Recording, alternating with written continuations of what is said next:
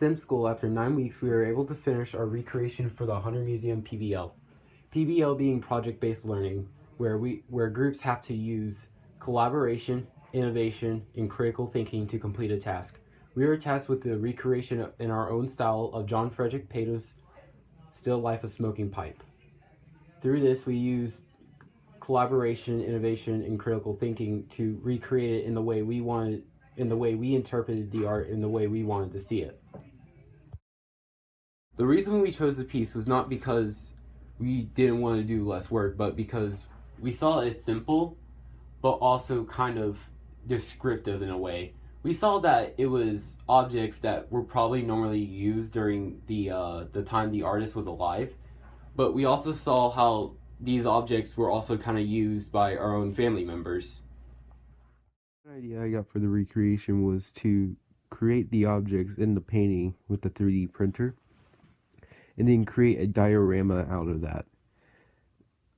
I kind of turned it down after our teacher told us that it would be kind of a copy, considering that it was the same objects, just like 3D. We wanted our art piece to convey that the items on the art piece made up an everyday routine for a man, so we decided to make the items a part of the man himself. I didn't really create mock-ups whenever we were deciding on what our recreation should be. We just kind of saw that we liked the recreation that was already heading towards, and we kind of just stuck with it for most of the time. Final product match or differ from the original vision. So the original vision was for the objects in the painting by John F. Peto.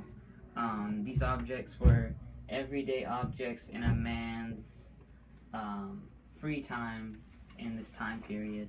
A man would smoke a pipe in the evening, read the newspaper, drink something out of his mug, and we were going to take these objects and make them a part of him,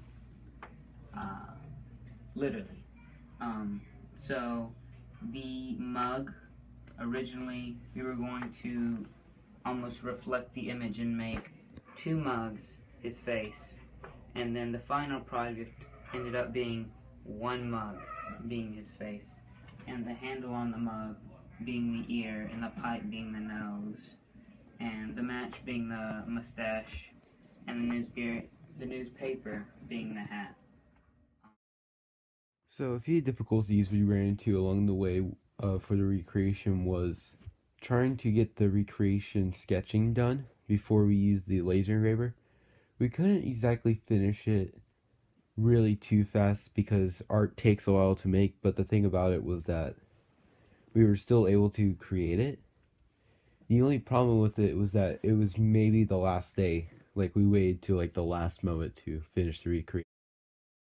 After completing the project, I kind of got a better understanding of art because at first I kind of looked at art as like it's there, you can see the objects, there's things that bring your eye towards certain objects, but until now I never really looked at like different like meanings of it because I kind of thought it was too much of like just too much for just observing art. So but after this project I kind of learned that it's better to understand the art and artist rather than just kind of like look at the art. Our art piece is in the style of surrealism, which means that it's more dreamlike in this style. And basically, this means that some of his facial features are actually made out of objects that we see from the original painting. Like his nose is the pipe, and his mustache is the matches, his entire head is the mug, and he even has the hat, which is the newspaper. So once we were done deciding on what we were going to make, we just started sketching out using different ideas for the recreation. We finally came to a conclusion of what the recreation should look like, and then proceeded towards making a digital recreation through the 3D engraver.